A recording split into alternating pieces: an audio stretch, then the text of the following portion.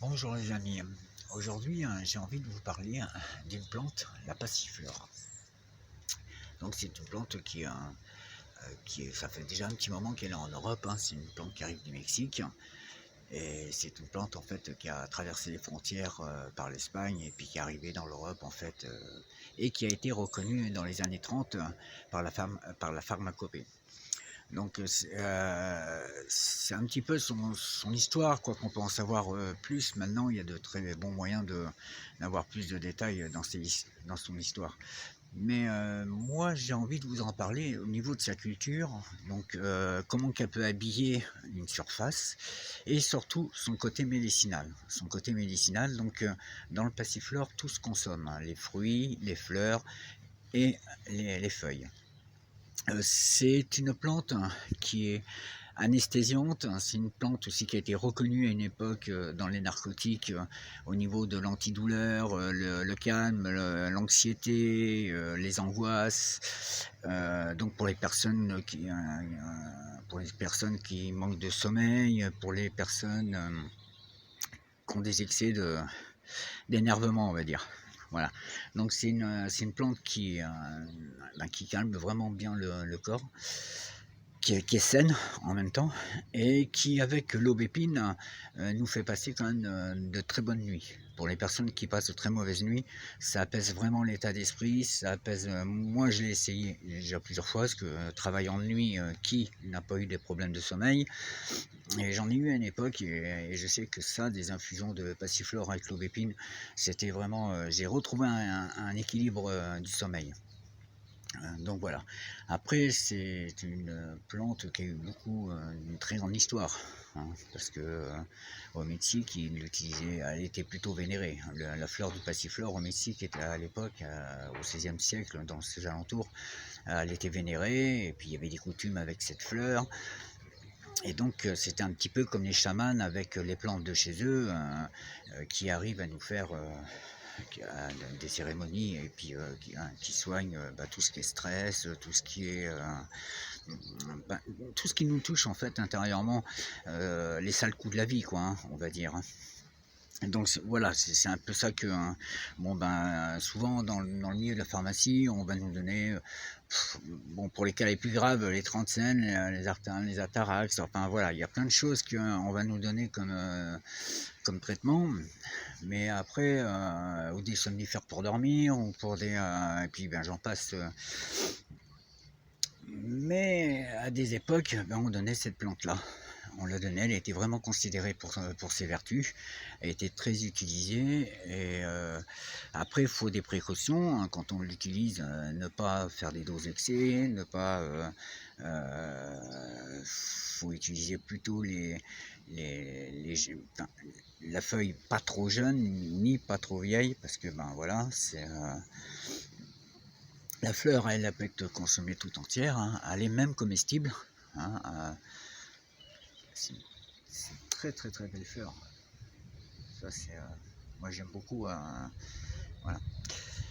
Donc je vais faire tout un petit quelque chose avec cette plante parce qu'il y en a beaucoup à dire, mais je voulais vous la présenter déjà en vidéo. Donc au niveau de sa culture, c'est une culture relativement simple. La passiflore est très résistante. Vous voyez, c'est une liane. Et au niveau de ces sols, elle peut même venir dans des sols qui sont pauvres. Donc moi, donc ça va, il est pas pauvre parce que je l'ai mis avec du romarin. Donc ils s'entendent très très bien. Et, euh, et donc là, j'ai mis des petits qui sont en train qui vont partir en fait. Qui vont partir, et puis des boutures aussi, parce qu'on peut faire de la bouture avec le passiflore. C'est une plante qui est très très résistante, et donc c'est une grosse liane. Vous voyez. Donc voilà. Et il faut lui donner de quoi, bien sûr, grimper. Après, on peut la diriger. Moi, je la dirige parce que c'est cette surface qui peut être sympa. Et puis, bon, si lui donner son entretien aussi, parce que c'est vraiment de. Je ferai une autre vidéo quand les fleurs parce que les fleurs elles se ferment quand il n'y a pas de soleil, et elles s'ouvrent quand il y a du soleil en fait. C'est une fleur qui aime le soleil, beaucoup. Donc voilà. Voilà. Alors donc à utiliser en infusion, on peut l'utiliser aussi en externe, pour des cas bien précis, mais ça, ben, j'en parlerai parce que je vais développer, bien sûr. Et puis, ben, si vous avez des questions, n'hésitez pas, vous me demandez, et puis ben, on en parle, et puis on voit. Au niveau de sa culture, ben, j'ai pas trop grand chose à dire parce que c'est une plante qui est résistante, qui est vivace, donc elle peut vivre plusieurs années. C'est une plante, moi j'en ai une, celle-là, celle-ci là, elle est petite, elle a déjà plus de 8 ans, donc elle est vraiment très résistante, un peu se cultiver en pot, mais en gros pot et grosse jardinière, hein, parce que ça prend il faut du soleil aussi, donc elle aime beaucoup. Et autrement, ben, au niveau du sol, non, normal, hein, bon, après moi, je mets toujours de l'humus tous les ans, ça. Là, c'est le printemps, donc on n'y met pas forcément grand-chose. Mais bon, l'hiver, il y a un petit paillis, tout ça.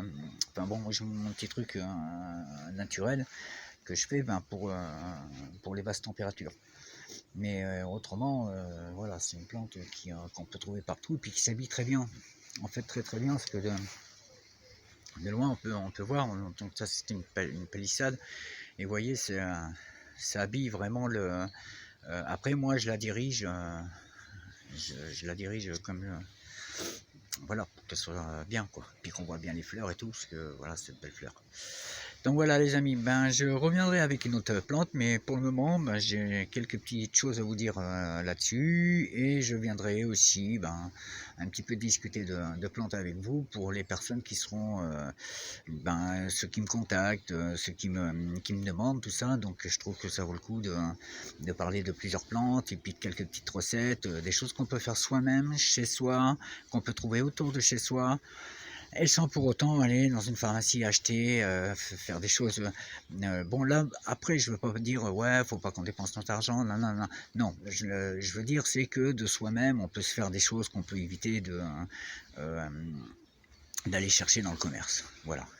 Donc on peut se le faire, et puis si on aime les soins avec les plantes, et ben on peut se cultiver notre propre plante. Moi c'est ce que je fais, et puis comme ça, et ben voilà, on a tout sur place, on a tout ce qu'il nous faut, et puis bah, tout va très bien. Voilà. Bon, je vous souhaite à tous une bonne fin de journée. Voilà. Et puis à très bientôt. Allez, ciao, ciao.